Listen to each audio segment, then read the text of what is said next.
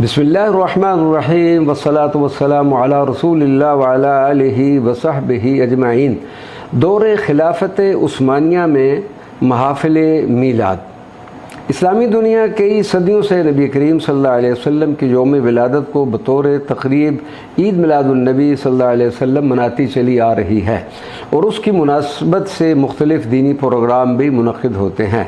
मिस्र की फ़ातिमी हुकूमत हो या ममलूकी दौर, उस्मानी हो या फिर मुग़ल, हर मुस्लिम सल्तनत ने अपने अपने अंदाज में इस दिन को मनाती रही है।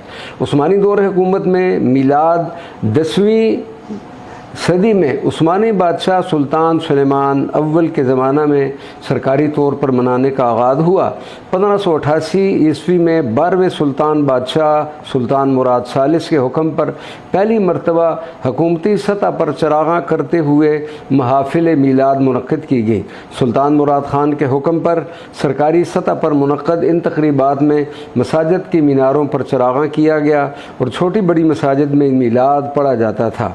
इन तक़रीब में बादशाह वज़रा बनफ़्स नफीस सरकारी मलबूसात पहने हुए शिरकत करते थे।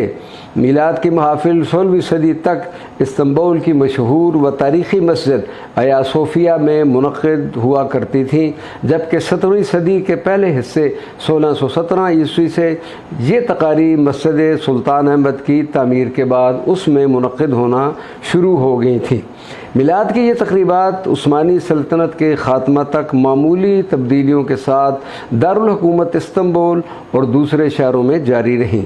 मिलाद की सरकारी सतह पर तक़रीबात के लिए बादशाह और दूसरे अरकान सल्तनत शाही महल से मुनक़्क़िदा तक़रीब की मस्जिद तक जुलूस की शक्ल में आया करते थे।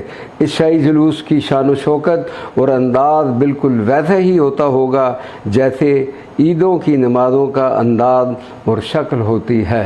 वस्सलामु अलैकुम व रहमतुल्लाहि व बरकातुहू।